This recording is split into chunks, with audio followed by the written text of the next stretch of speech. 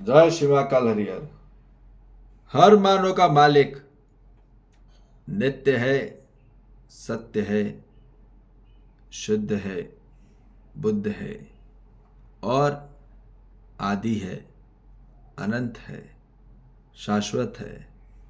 और इस ईश्वर और सर्वव्यापी को कहा जा रहा है मालिक, जो हर जगह समाहित है, जहाँ हर जगह समान है, कहीं पे भी अलग है ही नहीं, अनेक है ही नहीं, वो सिर्फ एक ही है।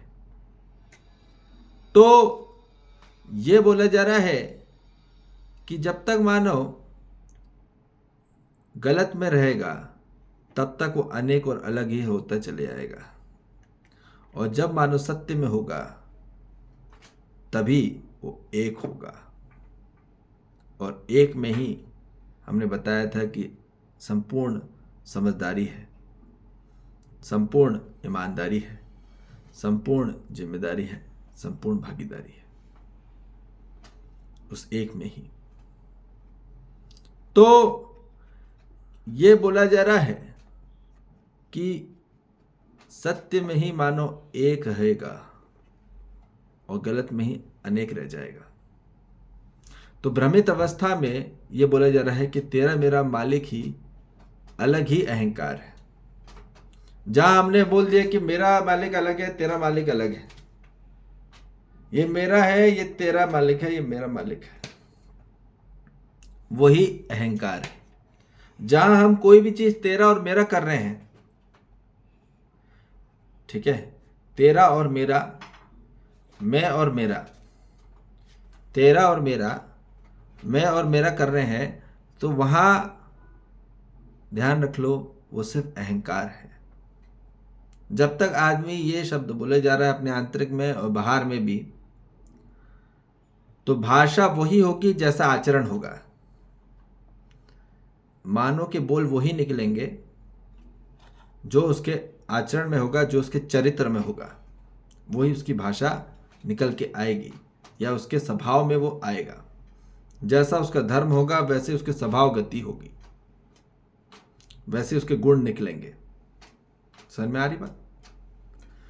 तो यह बोला जा रहा है कि मानव जागृत अवस्था में होगा, जब जागृत अवस्था में आएगा मानव, तभी वो सत्य अवस्था को प्राप्त हो पाएगा।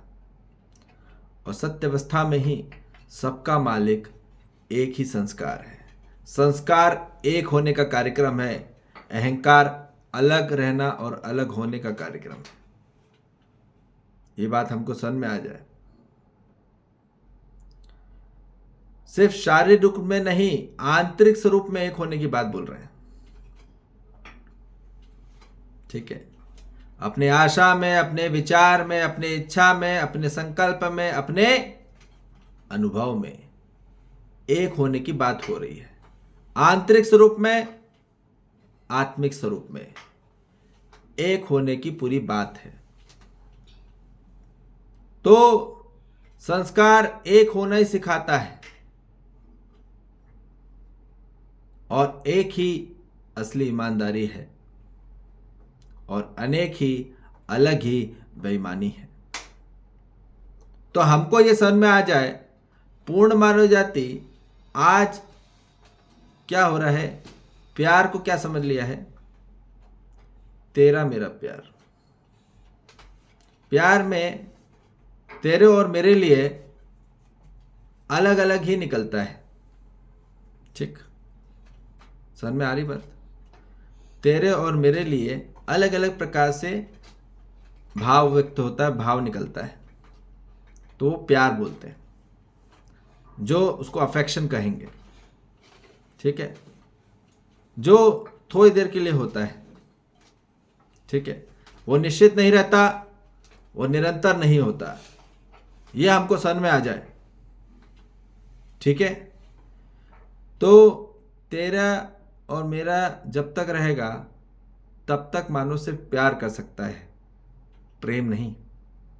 प्रेम तो अभी जन्म ही नहीं हुआ, उदय नहीं हुआ। प्रेम का उदय होना अर्थात अपने जीवन में श्रद्धा का उदय हो जाना, अपने जीवन में विश्वास का उदय हो जाना, आत्मविश्वास का, अपने जीवन में आत्मस्नेह का उदय हो जाना, अपने जीवन में ममता, वात्सल्य, कृतज्ञता, गौरवता, सम्मान, ठीक है, इससे संपन्न हो जाना। ठीक, तब जाके हमारे जीवन में असली प्रेम निखर के आता है आंतरिक स्वरूप में। जहां श्रद्धा नहीं है, जहां विश्वास नहीं है, जहां स्नेह नहीं है, तो वहां क्या है? वहां सिर्फ दिखावटी प्यार है, प्रेम नहीं हो सकता। क्योंकि प्रेम होगा तो सबके लिए होगा, निश्चित होगा, निरंतर होगा और एक होगा। इसलिए ये बोला जा रहा है कि अब हम कोई भी, आज हमको प्यार मिलता है किसी से भी, कितने भी अपने हों, कितने भी पराये हों, जब तक मानो भ्रमित अवस्था में है तब तक वो सिर्फ प्यार दे सकता है, प्रेम नहीं दे सकता। क्योंकि प्रेम वन टू ऑल होता है और कंसिस्टेंट होता है और सर्टेन होता है, निश्चित होता है, निरंतर होता है, सही में एक की तरफ में लेके जाता है। और प्यार अलग अलग कर देता है सबको। आज इसलिए ये गड़बड़ हो रहा है। पूर्ण मानव जाति सिर्फ प्यार करते रह जा रही है। इसको वैलेंटाइन नहीं बोलते हैं। वैलेंटाइन वो बोला जाएगा जो असली प्रेम है। असली प्रेम वन टू ऑल होता है, ठीक, और इक्वल होता है। There is no difference. जहां हम 1 to 1 कर रहे हैं वो 2 कौड़ी का प्यार है। समझ में आ गई बात? जहां हमको लगाव सिर्फ एक से ही है, अपनों से ही है, सिर्फ 4 परिवार में हम लोग 4 लोग रहते हैं उनसे ही है, या समाज में हमारा जो समाज है, हमारा जो कुंभ है, ठीक, उससे हमारा बस लगाव है। हमारा गांव है, हमारा शहर है, हमारा देश है, बस इससे ही लगाव है। तो फिर आप अधूरे हो। वह अधूरा है, सिर्फ मेरा मिट्टी है।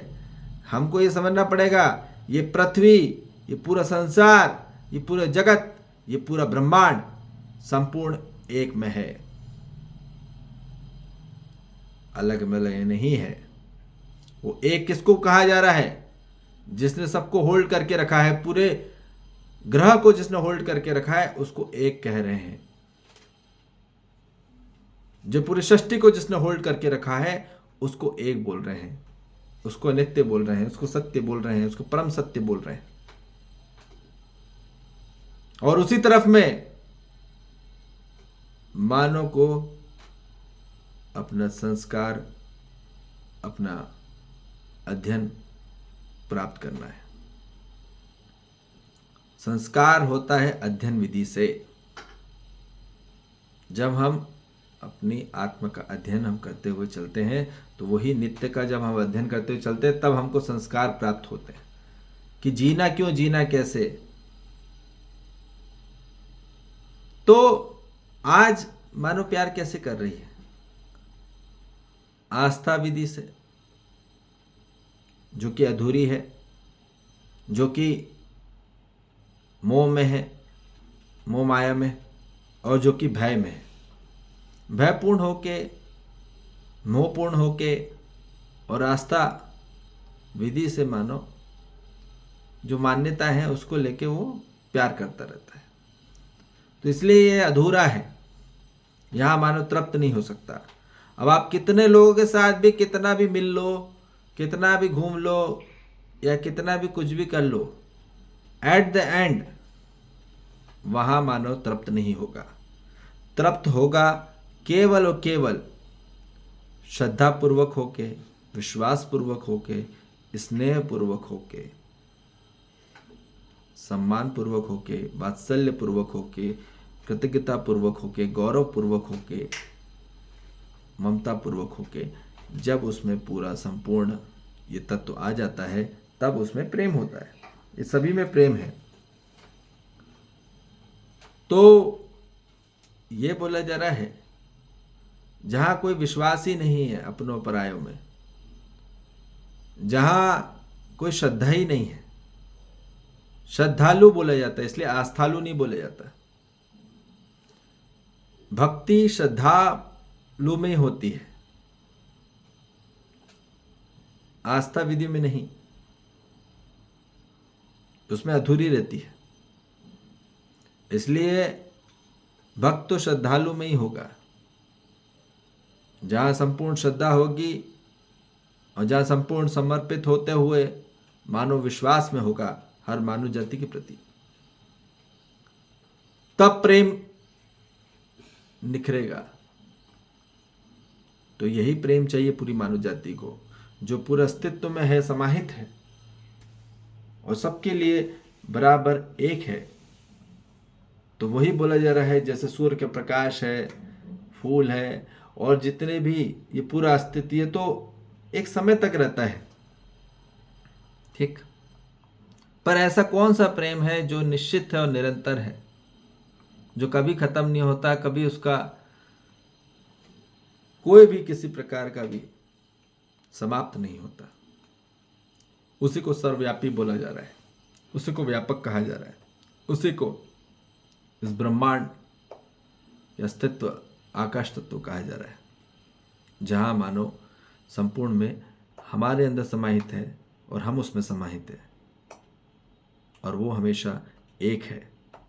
वो कभी नहीं, आप कितना भी हटाने की कोशिश करो वो हट नहीं सकता, ठीक। तो वो हर जगह मौजूद है और उसी को ईश्वर कहा जा रहा है। तो इसलिए उसी को परमात्मा कहा जा रहा है, उसी को अल्लाह कहा जा रहा है और उसी को कहा जा रहा है असली ताकत, जो कि वाहे गुरु को प्राप्त हुई और जो जीसस को प्राप्त हुई, ठीक।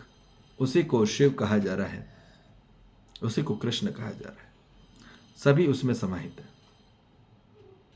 जो कि उसका कोई रूप नहीं है, वो स्वरूप में है,